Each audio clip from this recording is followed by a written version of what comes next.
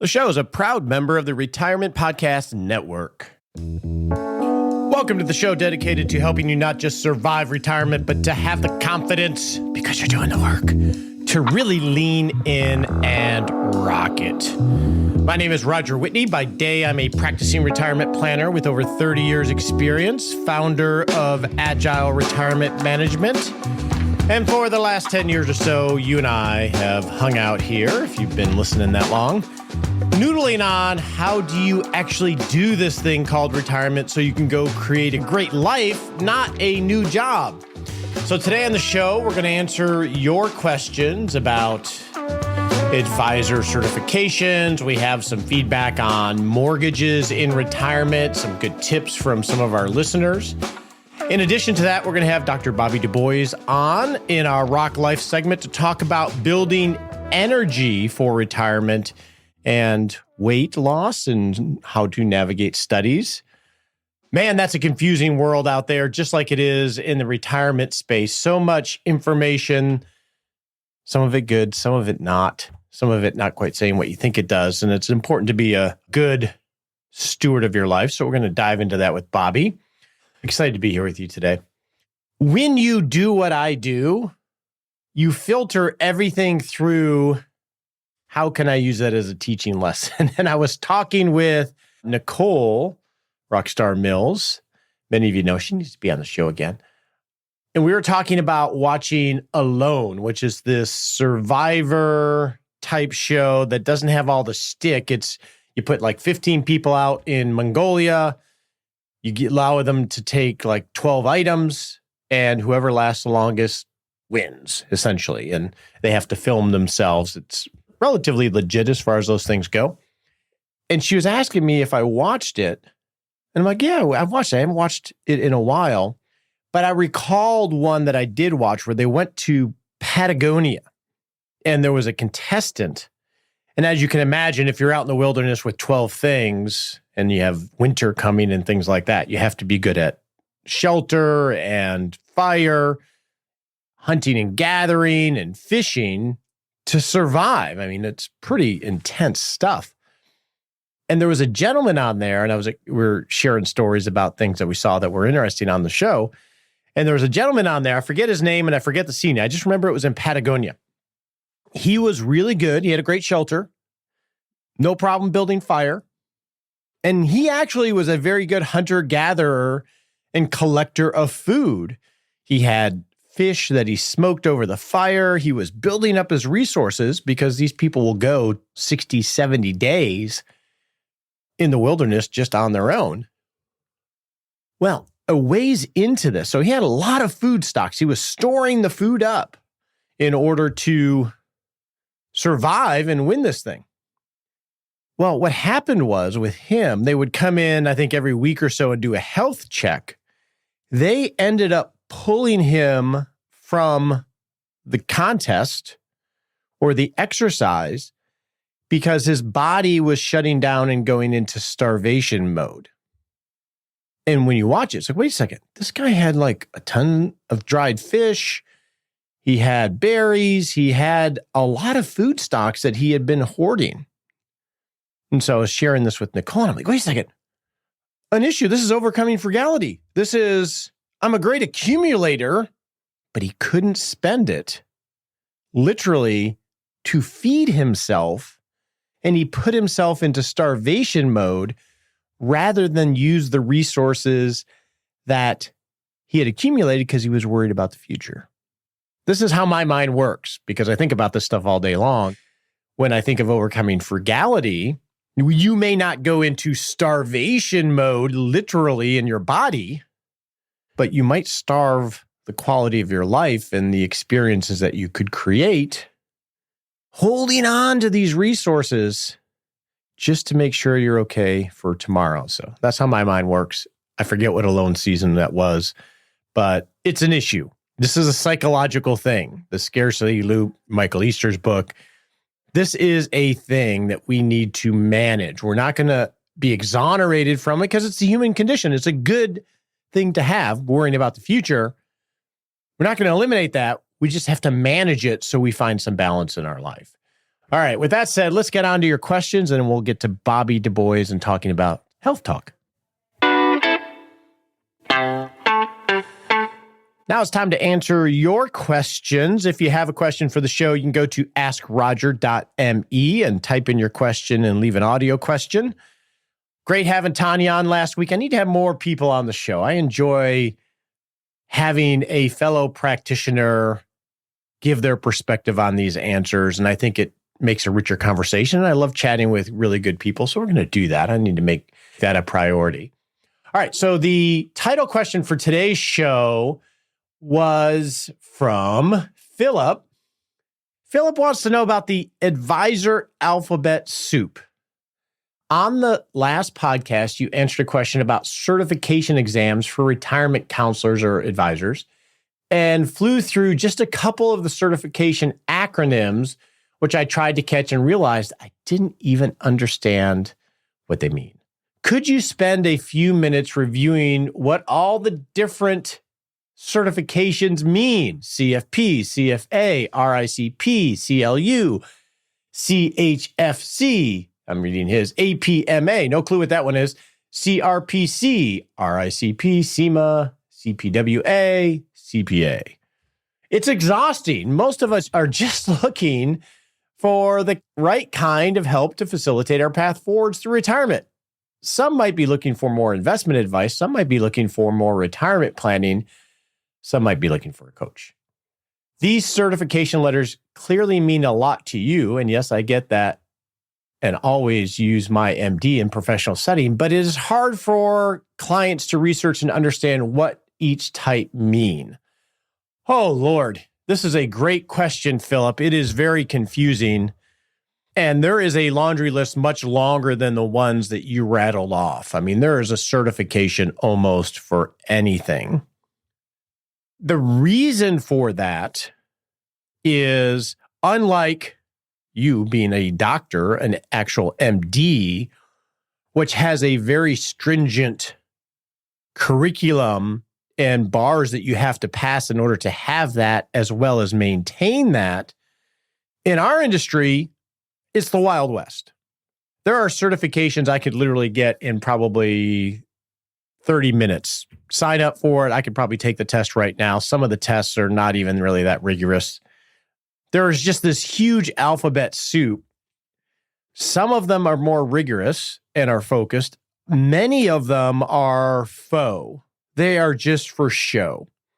And the reason that this came about is, one, because it's the Wild West. It's not that related to these. Some firms won't allow you to use certain ones, so there is a little bit on the firm end of it. But part of the reason it's a Wild West is because this is traditionally a very sales culture. And there's a lot of salespeople, advisors looking for clients, which is the number one issue for the vast majority of advisors, is getting clients.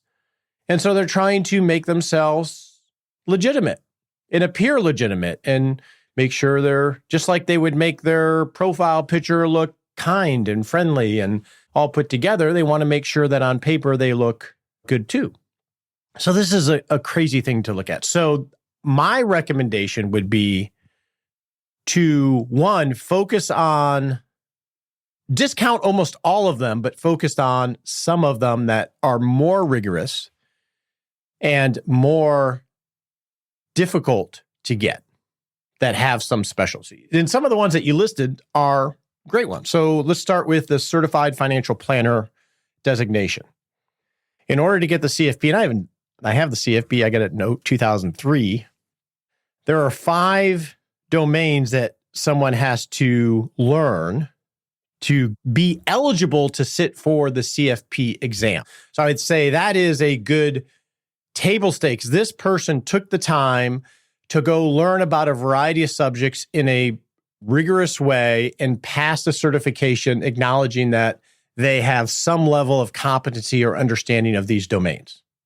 And here I'm showing a little bit of my ignorance because there's actually more principal topics that are divided. There's general principles of financial planning, insurance planning, which goes through all the different types of insurance and at least exposes them and makes them demonstrate a level of competence in understanding health insurance, home insurance, life insurance.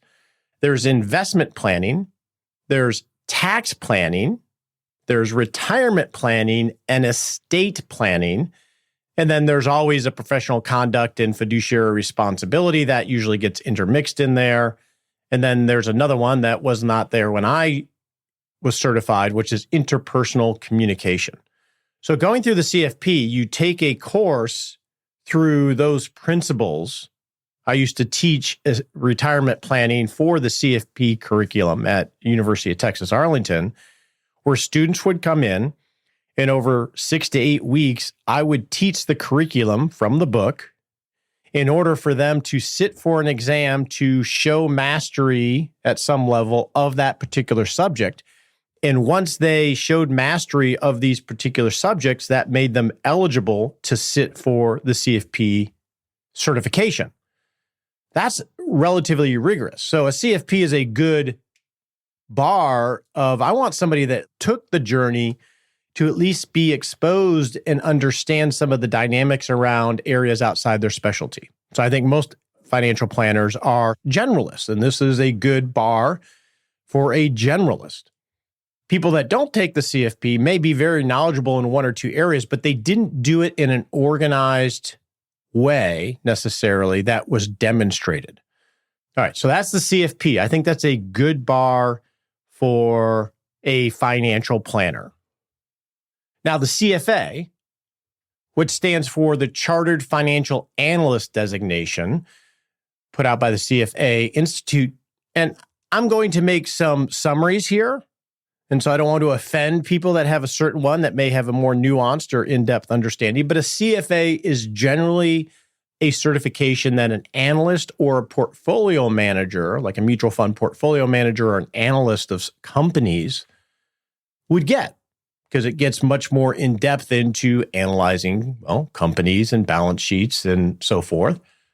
And I'm going to go over some of the general ones that we will see. So the CHFC is roughly equivalent to the CFP. It just has more of an insurance bent than the CFP. Generally, that, at least in my experience, that is where insurance-focused individuals take a path. The CLU, which stands for Chartered Life Underwriter, is a designation focused on life insurance and how to use life insurance within estate planning. So that's going to be more of a demonstration. And all of the ones that we're talking about today have some level of rigor in certification process behind just, hey, let me get the letters. And I've had a couple of those and I've dropped them because it was like, I felt silly. I just had the opportunity to do it. The ones that we're talking about, I think, are legit and serious academic undertakings, at least relative to what's in our industry. A CPA is Certified Public Accountant, and that obviously is one that is focused on tax planning and finance. So they're going to have more of a tax understanding than, say, a CFP who maybe just got an audit of that area. So I'll talk about the ones that I have, and I want to talk about ones that are retirement specific, because the whole point here is what you said. You're just trying to find somebody that has some competency in what you're looking for. So let's talk about the retirement specific ones first. So I have the Retirement Management Advisor, which is put out by the Investment and Wealth Institute. Full disclosure there, I am on the curriculum committee for that certification. So I am participating and have participated in updating the curriculum and helping guide the direction of that certification. So I'm involved in that one. The second retirement-focused certification for advisors is the RICP, which stands for Retirement Income Certified Professional. Those are the two retirement-focused certifications. Now, I do not have the RICP. I'm very familiar with it. I am friends with some of the people that actually teach it and built it. It is by far the more prevalent one than the RMA. And if I were to distinguish between the two of them, the RICP teaches more from an academic perspective and income security perspective. And the RMA teaches a process and more for a practitioner than an academic perspective. How do you actually do this versus here's all the things that you could do? I think they're both wonderful certifications. They're not super easy to get. You have to put in the time and the work to qualify, to sit for the exam, to pass the exam. So I think they're both very legit. And then the other two that I have that are not retirement related is the CIMA, which is the Certified Investment Management Analyst. This is a certification that specializes in the institutional asset allocation process. How do you build an asset allocation? How do you optimize a portfolio? How do you rebalance? How do you do manager selection, et cetera? It was a very rigorous. A lot of these are associated with institutions like Wharton, et cetera. Very rigorous one, and I've had that one for a while. And CPWA, which is one that I have, stands for Certified Private Wealth Advisor, which focuses on the intricacies of advising high net worth individuals. So it's much more advanced from a tactical standpoint than some of the others. I think the certification list that we went through, and Philip, you listed these, this is a good list. Oh, I want to add one other. You mentioned retirement coaching, which is an emerging industry. There is the CRPC, which is Chartered Retirement Planning Counselor. And this is a coaching certification, not a professional certification in the sense of retirement planning. It is coaching, which means they're not going to act as a fiduciary. They're not going to manage assets. There are some rules. They're not regulated by the SEC, but they are focused on coaching people through life transitions within retirement. So it's life coaching for retirees. This and the CRC is something that actually Kevin Lyles has. He has both of these certifications because he actively coaches for retirement, and he's been involved in some of that process, and he's a wicked smart guy. And so he might speak better to this. So Kevin, as an example, is a retirement coach, but he does not manage or advise on assets. He's not regulated from the SEC standpoint from that fiduciary obligation, but he does have conversations around that, but not directly making recommendations. And that is a very Wild West area. But Kevin could speak better to that. Maybe we'll have him on the show to do that. But to your point, what is the intent in understanding these things? I think if you stick with the ones that we've talked about, that's enough, and discount all the rest of them. Now, they have ones on divorce and business transition. Some of those are very niche, and I don't know how detailed they are. But the intent of the exercise, I think, Philip, is how do I find somebody that fits with me? Part of it is going to be seeing these certifications, and I think the ones that I listed are good filters. Do they have the CFP? Let's equate that to a MD. I know that's a big stretch for you doctors out there, but at least a professional did the work to understand and do some rotations in different subjects. And they chose to do that proactively. Nobody has to do this. So CFP is a good first filter because at least they're a generalist that has some knowledge of different areas. Next is, okay, what specialty do I have? I just got referred to a physical therapist and to a dermatologist, right? So I went to my generalist. The generalist isn't going to do the body exam for all the potential cancerous whatevers. They're going to send me to a specialist. That makes sense. So if you are in the retirement space, I think someone that has the RMA or the RICP at least should have or has demonstrated a better understanding of the issues related to decumulation than a CFP. You say decumulation or retirement income strategies to a CFP, some of them may just look at you, I don't know what you're talking about. So I think those are the specialty designations. Or if you're trying to build an individual portfolio and you want somebody to really analyze equities to build that portfolio, then a CFA is going to be that subspecialty that you might want to go to. So I think those are good filters. Same thing with if you're very high net worth and you want more advanced strategies, a CPWA is a subspecialty of general financial planning. So they're going to have at least more awareness or demonstrated awareness of topics related to high net worth planning. That said, so those are good filters, right? Because you have this big playing field of everybody wanting to work with you because everybody's in the marketing business as advisors or planners. Well, most everybody. But those are good filters. And then it's going to come down to obviously personality match, their philosophy, their process. Because getting these certifications, as you know, as a doctor, is very different than being a good doctor or a good specialist. There are whack jobs in medicine. There are whack jobs in our industry who, yeah, they got the certifications and they were able to pass the tests, but they're not really on a mastery journey of trying to hone their craft. They're onto some other priorities. So these are good filters, but they're not the end of the day. We have a checklist for interviewing planners, and I think it would work well with interviewing retirement coaches as well. And that's why I think you should vet, and they should vet you, honestly, in retirement planning space. But I think what are the dangers here, Philip? So we talked about these being filters, but then you still have to do your due diligence on what is their process, what is their philosophy, how do they actually do things, obviously, what do they charge, et cetera. That's easier to do in my field if you're a good consumer than it is for me to do it with a doctor, honestly. You still got to do that due diligence and own your plan and own the collaboration. Things to watch out for, we can argue being a fiduciary, someone that doesn't have a vested interest in what your decisions are in terms of commissions, et cetera. That is a good filter. Michael Kittis and I had a good conversation about this some months ago on the podcast.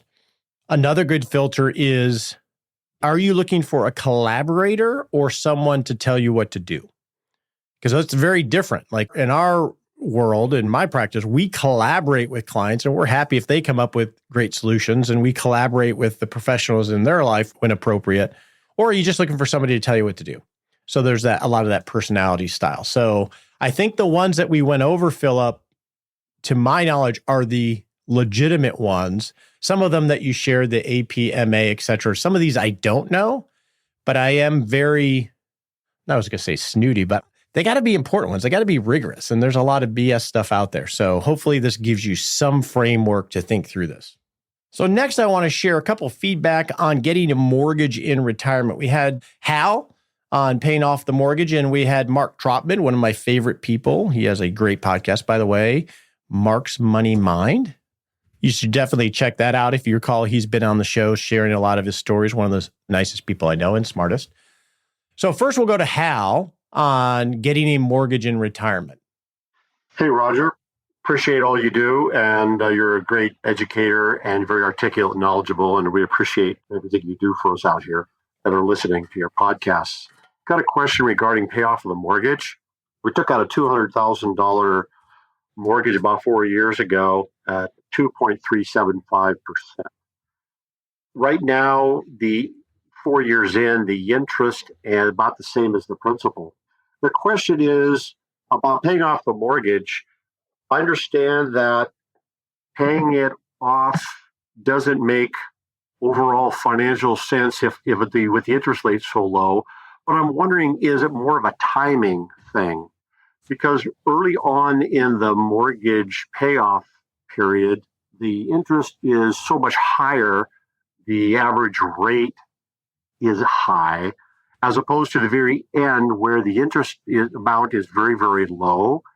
Is it the payoff of a mortgage, if it's going to be done, is really a timing thing? If you're going to pay it off early, but if you get to the very end, just leave it if it's that much because of the interest amount.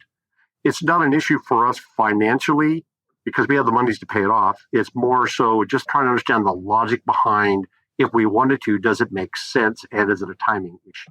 Thanks for all you do. I'm sorry, Hal had a question related to paying off a mortgage, not a recommendation on securing a mortgage in retirement. Mark Trotman definitely has a recommendation, so we'll get to that. But let's answer Hal's question first. So Hal has a $200,000 mortgage, 2.735% interest rate. Let's use an OODA loop to think through this in an organized way, Hal. That way you can get to a judgment call that you just feel comfortable with. Okay, so first O of OODA is observe. Observe, what are you paying in interest versus principal? You did that with where you're at in the amortization schedule. You've observed that you have the money to pay it off if you needed to. You also want to observe what your net worth looks like from a tax category standpoint of pre-tax, after-tax, tax-free. You want to observe what guaranteed income sources you have coming in so you know what kind of gap. So you better have a plan of record in place. You should have a plan of record in place. That will give you a dashboard to observe very quickly. The next O in UDA is orient.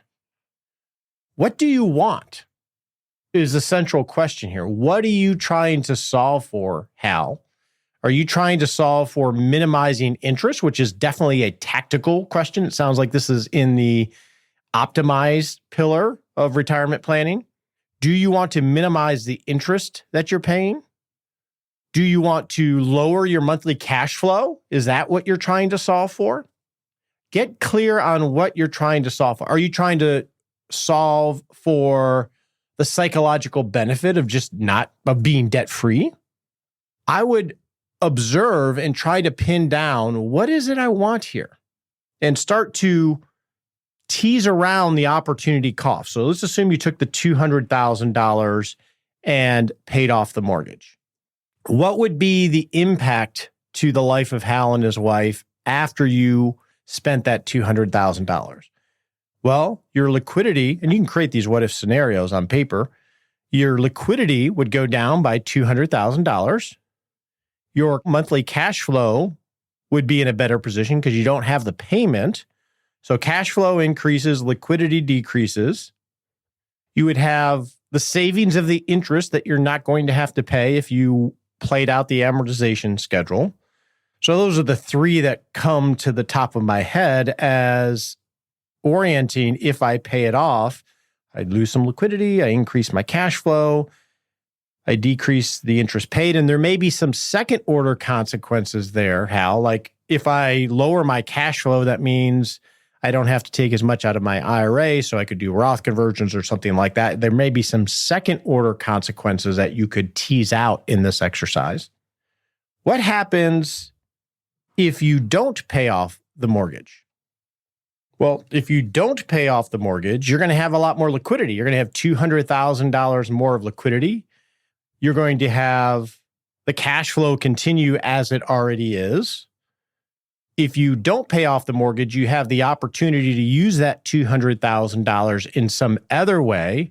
That could be to simply buy 5% treasuries or to invest it long-term. There's an opportunity cost there, that arbitrage between the we'll call it 2 3/4 that you're paying on the interest and what you potentially could earn otherwise. Obviously, there's risk there. And, another second order consequence of not paying off the mortgage would be that you may have to draw money from other places in order to meet the payment. But you get the exercise. I'm not doing it completely here for you, Hal, but you want to think through this. Okay, let's look at the situation as it is. Let's define what I want, which is hard, right? Because either option, it sounds like for you, is perfectly reasonable.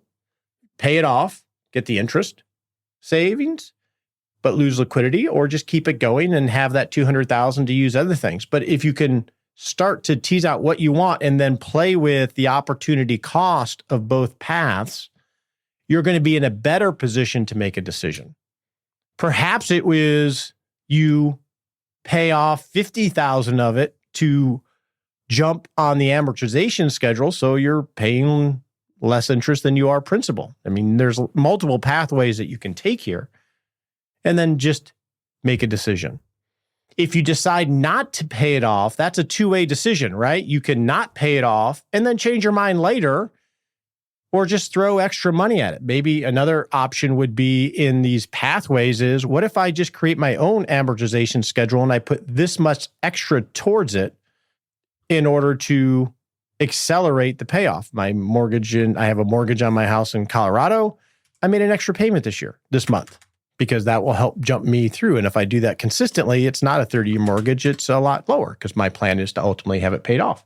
So if you decide not to pay it off, then that's a two-way decision. If you pay it off, that's more of a one-way decision, right? You can't get your money back necessarily unless you did something fancy on remortgaging it in some way. I actually faced this decision, I forget how many years ago now, where my mortgage is 2 5/8, so very close to yours. Mortgage balance, roughly the same. I had the money to pay it off. And this is when interest rates were zero, not where I could earn more now. I chose not to pay it off because when I went through this type of analysis, I valued the liquidity of the money, even though I was earning less interest because interest rates had increased, because I am a business owner and I value liquidity because it gives me flexibility. And paying off the mortgage, giving up my $200,000, I think my principal and interest payments like $900 a month. I was paying more in taxes and insurance per month than I was in my principal and interest. Didn't change my cash flow situation significantly. And I would much rather have the $200,000 to hold on to. So that was the decision I came to myself. But I think the key is just think through this in a logical way and just make a call. It sounds like you're in a position where this optimization is more of optimization than it is critical to your life. But that's how I would think through it. All right, now let's get to Mark Trotman, the amazing Mark Trotman, and talk about an option if you're looking to build a house in retirement. Hey, Roger, this is Mark. Just listened to your recent podcast this week entitled, Should I Get My Mortgage for My Retirement Home? I love your show. Listen to it every week as soon as it comes out. And I was thinking there's another option for your listener or any of the listeners, as a matter of fact, if you pay down a big portion of your mortgage, and that's called a mortgage recast. I did this myself. So instead of taking out two mortgages on the home, if the mortgage company allows it, and the mortgage company I have is a large national bank, and they do allow for recasts. And in my situation, I was selling a second home. I paid down the mortgage by a significant amount and requested a recast. And in my case, they said as long as I had paid down, I think it was $30,000 of principal, they would entertain a recast, and it didn't cost anything. And basically what they do is they re-amortize the loan back to the original ending date of your current loan. So let's say it was originally a 30-year fixed loan. 3 years down the road, you pay off a chunk of it because you had a windfall in some case. So in my case, it was the sale of a second home. And then you pay it down. What they would do in that case, since there's 27 years left on the amortization schedule, they will recast the loan with the amount of principal currently left on the loan back to that 27 years, therefore lowering the monthly payment. So instead of having to have a first and a second mortgage, you could look into whether the mortgage lender has that recast option. And this is really good if you have a very low interest rate loan that you don't want to refinance, but you do want to lower your monthly payment, especially for retirees like myself. That's beneficial. A recast is a way to keep that loan, not have to refinance it, not have to pay closing costs, but lower the monthly payment after a large principal paydown. So I just wanted to throw that out there as an additional option. It worked for me, and for anyone who maybe is in this situation but didn't have two loans to start with, that's an option for them to look into. Thanks. Keep up the great work. Love the show, and have a great day. Love Mark's wisdom. You can check him out on Mark's Money Mind podcast and in the Rock Retirement Club. All right. Next week, we're going to focus exclusively on listener questions. So it's going to be a speed round. We're just going to go through questions and try to help people take little baby steps and hopefully help you as well. But with that said, let's get on to the Rock Life segment and chat with Bobby about weight loss and studies. Now it's time to Rock Life with Dr. Bobby DuBois and talk about energy. How you doing, Bobby? I'm doing well. I'm ready to talk about a weighty subject. Boom, boom, boom. We're talking about weight here. But before we get to that, how's your podcast going? Well, thanks for asking. It's really, really, really gone better than expected. I have, 12 or 1,400 followers, and lots of people going to the website. It's just been a hoot and fun. And so far, the comments that have come through have been positive. But as you've counseled me, just wait. I'm going to get my share of things people don't like. But I'm really enjoying it. I feel like I have more time to go into subjects and hopefully help people in ways that are useful to them. We'll have a link to it in our 6-Shot Saturday email, but let's remind everybody of the name. Live long and well with Dr. Bobby. Very like Spock-like reference there, I think of. Yeah, it's got a lot of different sub-references. But, someday somebody will call me up and say, well, you're infringing on somebody's language. But it's not exactly that language. Hard to think you could copyright live long, but, who knows? Who knows? The Ohio State University copyrighted the. So Lord knows where it's now I'm in trouble.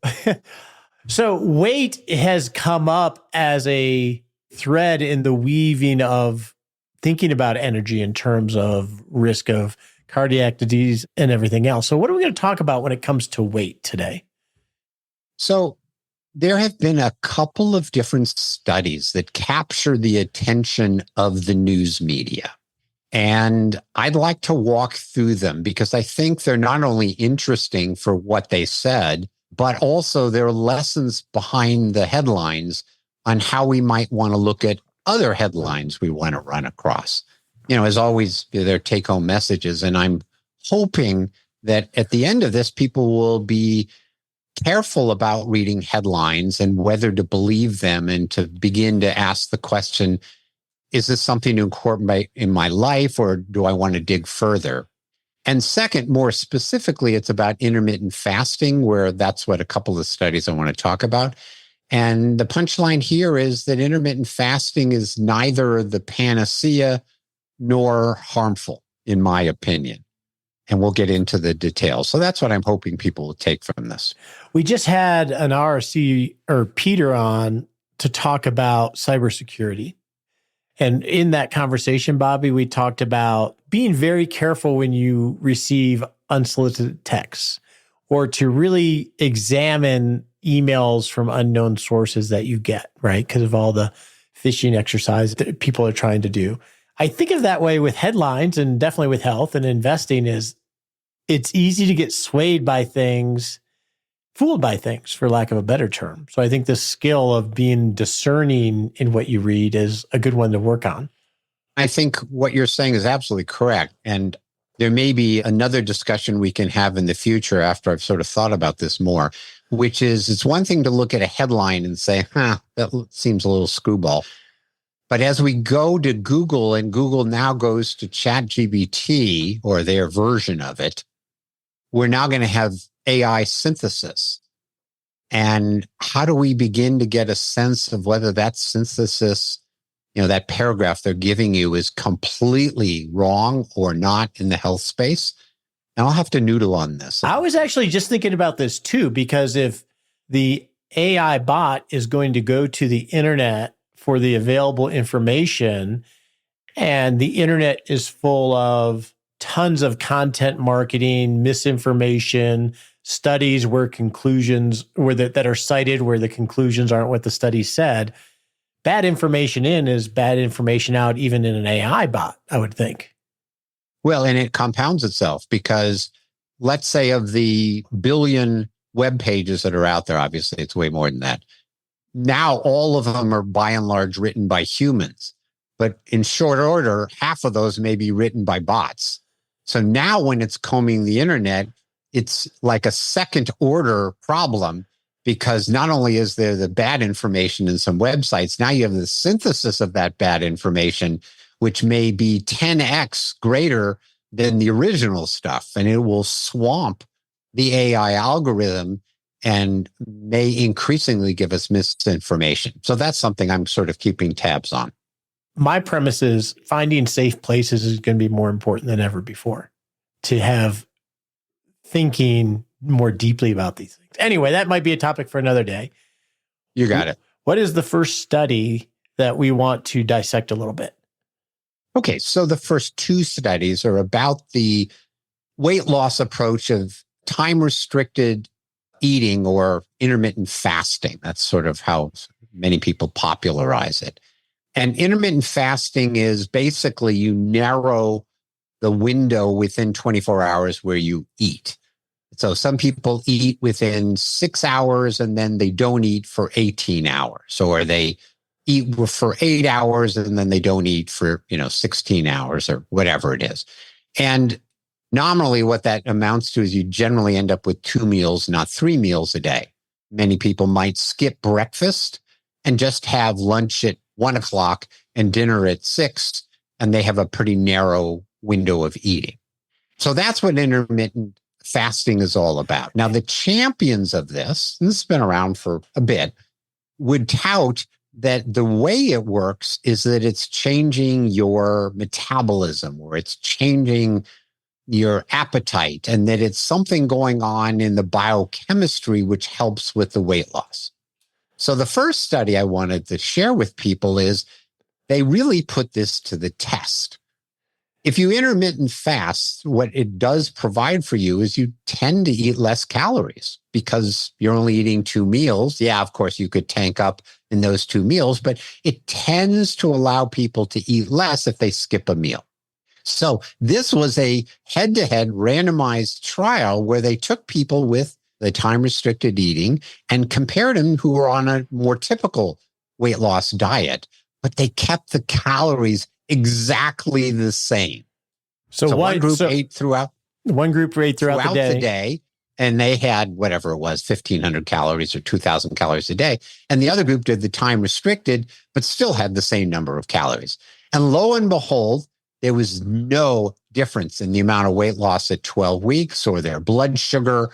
It wasn't a metabolic game changer. So what it tells us is that that's not magic in intermittent fasting, but what it does is it might allow some people to have a lower calorie intake, which is what they're really trying to accomplish. And I do this, and I don't do it because I think it's a magic, but if I'm trying to lose a couple of pounds because I ate too much over the course of a couple of weeks or whatever, it just allows me not to eat as much. So that's what the first study basically helps us to say intermittent fasting can be really helpful for reducing calories, but there's no magic beyond that. You want to have the cantaloupe diet. If it's the same number of calories, you're going to get the same amount of benefit or lack thereof. And I think we talked about this before of a lot of it comes down to calories in, calories out. Yes. And that's my belief. Now, there are devotees of other views, and yes, eating sugar has its own problems, but right. From a weight loss standpoint, because what we've observed 100 times is all weight loss programs work until they stop working, and no one is more sustainable than another. Yeah, I have a daily target of a 13-hour fast. There you go. Which basically works through end of dinner through night. And it's just, there's no logic to it other than to have some time constraints so I don't graze late at night or early in the morning. Exactly. Gail's been skipping dinner a lot as her approach to weight loss, which turns into sort of intermittent fasting. And for whatever reason, when it came time to dinner, I didn't really want to make dinner. I didn't want to eat dinner. I went to bed, and we talk about don't eat before bed. And boy, that felt good because I hadn't eaten for hours and hours before bed.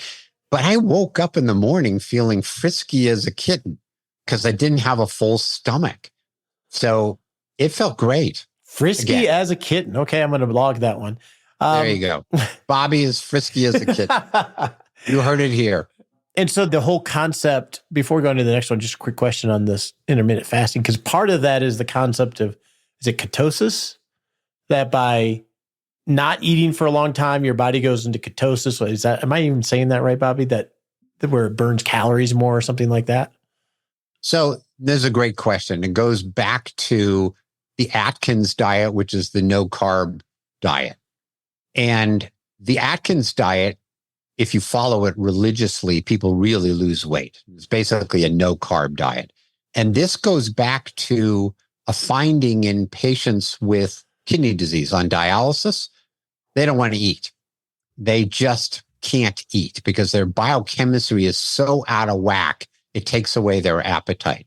So, and they're in a state of ketosis because their kidneys are failed. So they tried to create a diet that mimicked having those ketones floating through your body that would take away your appetite.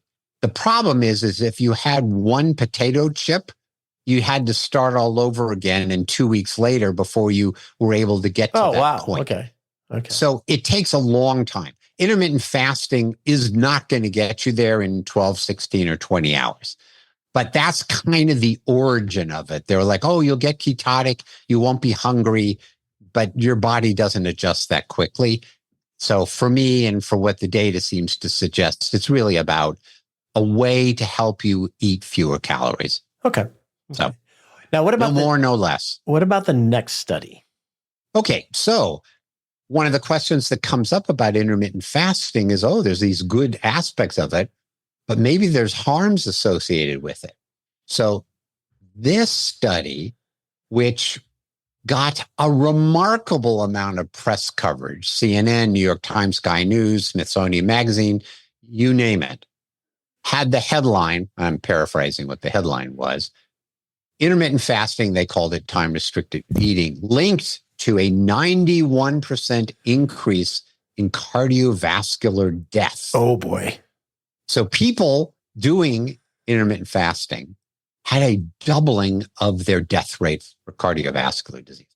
And that was picked up everywhere. Of course, it's very clickable. It's clickable, and boy, was it clicked. So I read this, of course, had to pull up the original writing about it, and was like, oh my God, why did the press pick this up? This is so full of holes, it's like Swiss cheese. So I thought this was instructive. One, because my take on the study is, don't worry about it. If you think intermittent fasting helps you, great, do it. But let's now dig in, because I think it's instructive not only about the punchline here about intermittent fasting, but more generally about studies and headlines and how to look at them. Okay, so the first thing was, on the worrisome side, this was a press release from the American Heart Association. So this wasn't like the Lebanese Institute of Health coming up with a statement. This was like, wait a second, this is the American Heart Association. How could they possibly say something that wouldn't be something worth paying attention to? So that was the first thing that was like, you got to be joking. So we have credibility. We have credibility, perceived credibility in the source. They had credibility. Now I'm beginning to wonder. Okay, so next thing, it's an observational study. And as we've talked about, what you really want to do is say, okay, here's a group of people that did intermittent fasting and not, and we completely randomized them. 100 people walked in the door and we say, you 50, you go over there and you're eating this way. You 50, you go over there randomly. And then we see what happens. Obviously, it's a difficult thing to do because you'd have to follow people for 5 or 10 years. So this was an observational study. So they took people who had been doing intermittent fasting and compared them to people who weren't. Now, you would like to think they adjusted for all the things that might have caused a biased set of results, but they didn't. So the people in the two groups were completely different. There were more smokers, there were fatter people in the people that did intermittent fasting. They didn't adjust for things like stress, the quality of the diet, who had more or less muscle mass. So they didn't adjust the way they could have or should have to make it at all believable. Now it gets worse from here. Okay, those are the obvious boo-boos that we all struggle with and we try to adjust for. This was a study that began in 2003. They looked at what was happening for people's diets in 2003. And they took a 2-day diet assessment. So this is a survey that gets done. And so they, in 2003 or so, said, tell us about what you ate in the last 2 days. And from that, they inferred, some people didn't have meals 3 times a day. And then they extrapolated for the next 15 or 20 years and said, okay, what you told us in 2 days in your life 15 years ago is how you led your life. And there's no reason to believe that 2-day recollection had anything to do with what they did. So we were probably not comparing people that actually did it versus didn't. And if you go back to 2003, nobody had ever heard of intermittent fasting. That wasn't part of our understanding. So these people weren't skipping meals for a health reason. They probably skipped meals because they had 3 jobs going on simultaneously. They didn't get a chance to eat, or they weren't getting their paycheck. So they just figured, oh, I'll skip a meal. This was not doing it for health reasons. You're probably picking up people who had stress points in their life that they didn't eat. And if that isn't enough to make you worried about this study, this isn't even a published article. This was an abstract presented at an American Heart Association meeting with no 20-page paper to say, okay, now how did you actually do this? And did it undergo peer review by other experts to say whether this study was done correctly? All of these reasons got thrown out the window when the American Heart Association did their press release and the news media picked it up. And as you can see, it's a highly flawed study.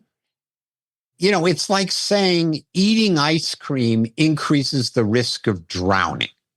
And I bet you if I did that study and did an analysis of who eats ice cream or when, I'd find the correlation. Why? Because people eat ice cream in the summer when it's hot. And guess what? That's when they go swimming. So you'll correlate eating ice cream with drowning. And that's really not what's going on. So observational studies, if they're not done well, if they're not peer reviewed, if they're not examined carefully, can be so misleading. And I believe this is exactly I could tell you got the soapbox out. I like it.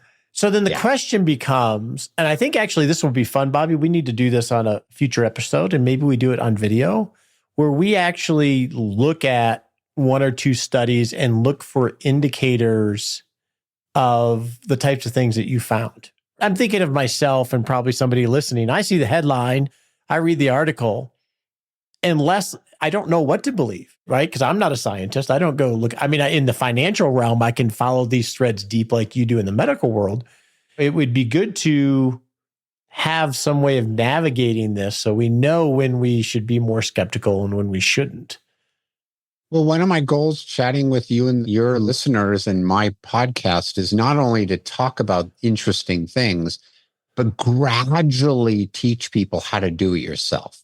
To begin to ask these 4, 5, or 6 questions so they can begin to separate the wheat from the chaff. I mean, we've got one more study that I think will add to this and hopefully begin to give people some tools that they could take into looking at these things. So before we get to that study, let's just answer the question. Should we all stop doing time-restricted eating? Is it okay if I have that midnight snack? I think there's no harm in time-restricted eating on the parameters that we talked about, the 6 hours or 8 hours or whatever. But also don't go into it thinking it's biochemically going to solve everything. If it helps you, I mean, this is kind of your N of 1 trial. Give it a go. See if it makes a difference for you. For Gail, it helps. For me, it seems to help, but it's only because it reduces the calories.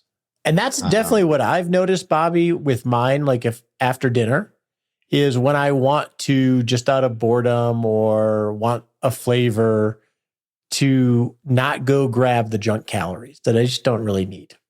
If it solves for that, then great. But all the other perceived benefits really aren't backed from the studies that you've seen. That's my interpretation. Okay. You'll have others that will still tout that it is uniquely different, but I've curated the literature and I don't see anything beyond its help and real help in reducing calories for some people. Okay. You know, when 75% of the US population is overweight or obese. So a lot of us have this issue, and whatever works, beautiful, do it. All right. So this final study I'm excited about because I actually like vinegar. Vinegar is, it reminds me of being with my grandmother and eating ring bologna and dipping it in vinegar as a kid. So, ooh, yum. So this study is about drinking 1 tablespoon of apple cider vinegar each day is linked to weight loss in young adults. Exactly. And this too, not surprisingly, was picked up by, in this case, 127 news outlets. This is a tricky one because you want me to teach people how to separate the wheat from the chaff. The problem is, and I'll sort of get to this a little bit later, that this might fall in the wheat, not the chaff, meaning I don't have a simple answer to this study is wrong. Well, I'll explain kind of how I get it out of this box because I don't want to live in this box. So let me tell you what the study did. So this study looked at obese or overweight adolescents. So it's a younger population, not necessarily the listeners of this podcast. And they did a randomized trial. So they took this group of adolescents. I don't remember if there was 400 total, 100 in each category, something like that. And they divided them into 4 groups. One group just go about your day, eat your normal, whatever, and we'll see you back and we'll see if you gained weight or lost weight. Another group gave a teaspoon a day of apple cider vinegar. The next got 2 teaspoons. The third one got 3 teaspoons, which makes a tablespoon. And lo and behold, they lost weight. They lost 15 pounds, the one that had the highest apple cider vinegar. And it was basically once a day in the morning, and they lost weight. This was a randomized trial. It was published in a decent journal. Now, it was a Lebanese study, so you might be like, I don't know the quality control of studies in Lebanon. I frankly have no idea whether the studies were done well, but there's no glaring flaw that I can look at and say, oh, yeah, you should ignore it because. So where do I net out with this? I honestly don't believe it because losing 15 pounds in 12 weeks is a remarkable feat. And to have it happen with something as simple as that is hard to believe. Now, you can do a study and completely come up with findings that are random. And if it gets repeated, it'll be like, nah, we didn't observe that. It could be repeated 10 more times. And yeah, we didn't. Well, I was going to say, isn't that part of the process of getting it published and peer reviewed? But it also you lay out exactly what you did so other scientists can go duplicate to give some, oh yeah, we got that too. Isn't that part of the process? Totally. And if you get 2 or 3 more publications of research that duplicate this, now we seriously have something. Okay, but do we act upon it today? Well, I have 2 thoughts on this. Because the findings are so beyond what you would believe, I have to come up, well, is there a theory here? Could it be that drinking some apple cider vinegar in the morning kind of cuts your appetite for some reason? You know, the acidity, maybe it changes your blood pH. Maybe it does something to your stomach and the hormones, the ghrelin and other things. Maybe there's something there that it actually, I mean, it's hard to believe that the vinegar changes your metabolism in such a way that you burn more calories. The only kind of plausible thing I could see, and we don't know the answer from this study, is that maybe it cuts your appetite. Who knows? Okay, so it's going to take a year or 2 or 3 before other people do this study and get it peer reviewed and in publication. So now we got a couple of years where we don't know the answer. So what do? Well, we do an N of 1 trial in ourselves. I was thinking this is like the perfect idea for that because there's no real downside unless you're allergic to vinegar. And you'll know it within, they did 3 months, but you ought to know it sooner than 3 months. Take a tablespoon of apple cider vinegar in the morning and then let me and Roger know whether it helped you. And we'll quickly get some good data that might help us answer this question. So I don't believe it's going to turn out to be true because it's way too beyond belief. Let's try it out if you want to. There is one big downside that I just identified, Bobby. Uh-oh. If I take a few teaspoons of cider or vinegar in the morning and try to get a good morning kiss from my wife, that might decrease the number of good morning kisses I get. So it's going to have to be reverse the order. It's going to have to be in the window first. It's the window of brushing my teeth and taking the Cyto. That's my kissing window if I do this. Okay. Well, you have a conundrum, as we like to say in the family. But the big thoughts here, be careful with headlines and start to be more skeptical about what we read. And the hard part, these headlines influence us, even if we don't read the article. Totally. Yeah. Any other final thoughts? Remember what your mother told you. If it looks too good to be true, it probably is. So if something looks beyond the belief, either on the good side about the vinegar or the bad side about intermittent fasting, look more carefully or talk to an expert who's independent of the study. Or if you can do an N of 1, beautiful. Do it, and then you'll know what works or doesn't work for you. On your marks, get set.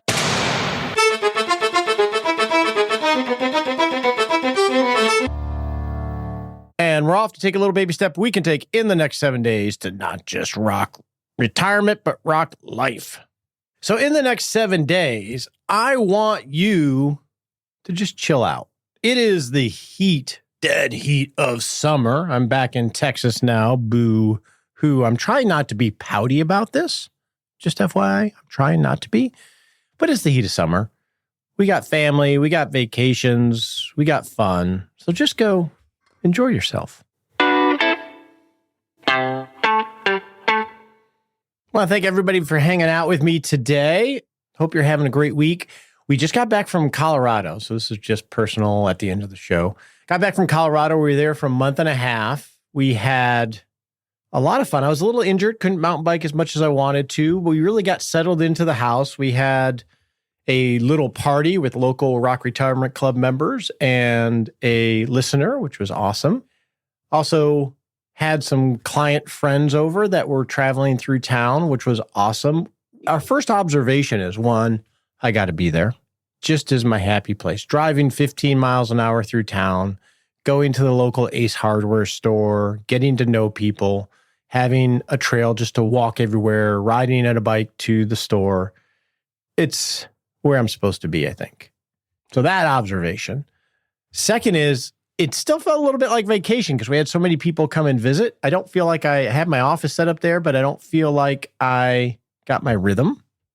I will say, I don't know why I say the top 5. It's definitely one of the top 5 best decisions of my life. I feel very convicted about that. Love the people there. Love the friends that I have there.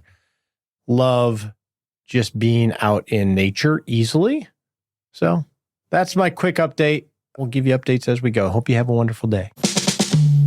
The opinions voiced in this podcast are for general information only and not intended to provide specific advice or recommendations for any individual.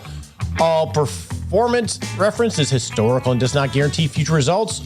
All indices are unmanaged and cannot be invested in directly. Make sure you consult your legal, tax, or financial advisor before making any decisions.